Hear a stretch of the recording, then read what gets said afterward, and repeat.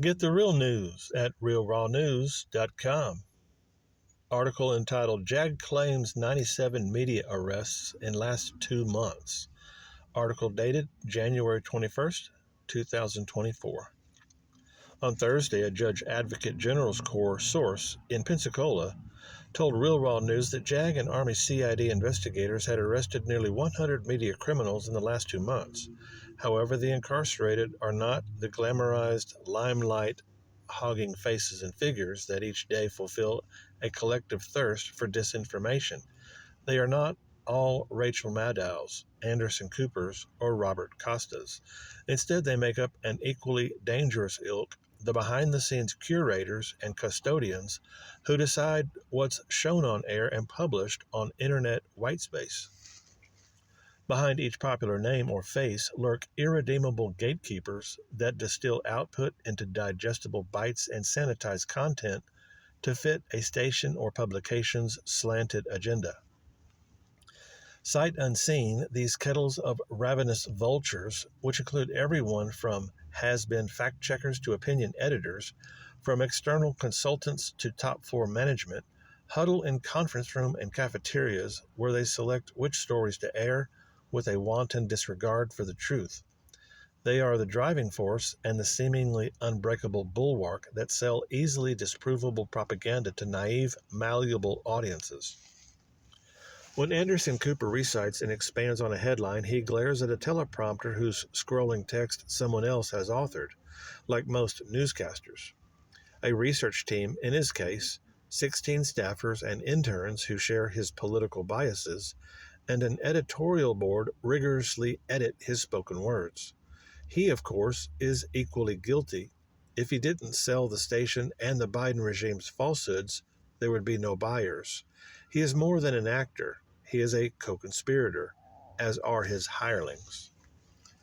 An aside, having done a stint with what can loosely be called an MSM daily decades ago, I've witnessed acts of improbity and the colliginous atmosphere circulating through then smoke-filled editorial rooms. I've seen solid stories shelved or reduced to a page 23 blurb and replaced with fiction. I've heard examples of favoritism, nepotism, and hearty recompense for gently gelling with an agenda. Unless one is part of the problem, these dens of disquietude are not lovely places to visit. Our source said JAG draws no distinction between headliners and hacks. All are equivalently guilty in JAG's eyes, provided the staff judge advocate can link them to a verifiable crime.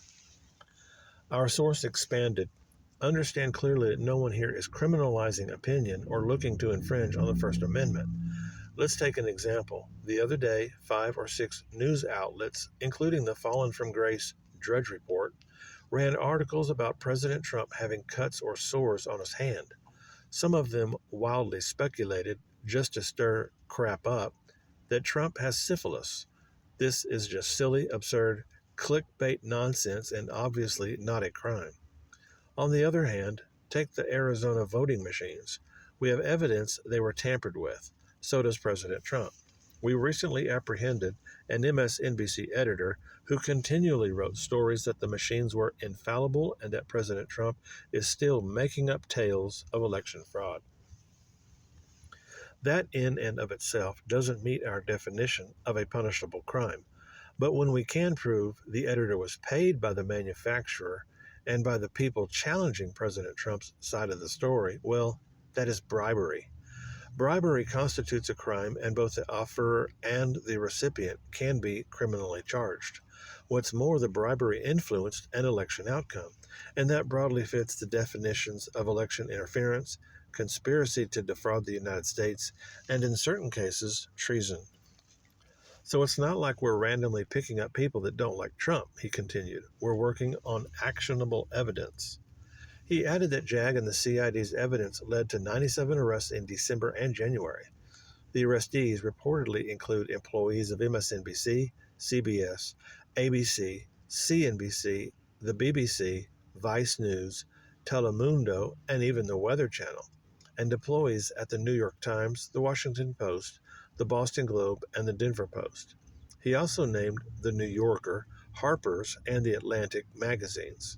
That list, he said, was not all-inclusive, and in each case, JAG discovered acts of financial impropriety. When we hear about a copy editor making 40 grand a year and living paycheck to paycheck and then suddenly buying a $2 million home, a $150,000 sports car, and a yacht, well, it raises some questions. These deep state adherents love flaunting money, our source said. The news sector, he added, has found a convenient and believable way of explaining away disappearing staff, which is layoffs. In recent months, dozens of news outlets nationwide have announced or executed job cuts, citing a decline in advertising and subscription revenue and lost viewership and readership. While this is partly true, more Americans are eschewing fabricated mainstream news in favor of factual alternative media. Liberal news outlets like the Washington Post, owned by the third wealthiest person on the planet, aren't hurting for money. And although not all papers have a Bezos benefactor, even small-town rags, such as California's The Sacramento Bee, receive regular endowments from George Soros, whose limitless coffers fund and bribe left-wing media. It's a circle. These media criminals made Joe Biden their president, and he or whoever is playing him on stage in turn empowers them, our source said. In closing, we asked our source about the value of targeting the unrecognizable. You see Anderson Cooper, you see Rachel Maddow on the idiot box, so you're thinking, get them, because it's their mugs you're looking at. And yes, they will be gotten, but we're looking at a bigger picture that must be dismantled top to bottom, just not necessarily always in that order, he said.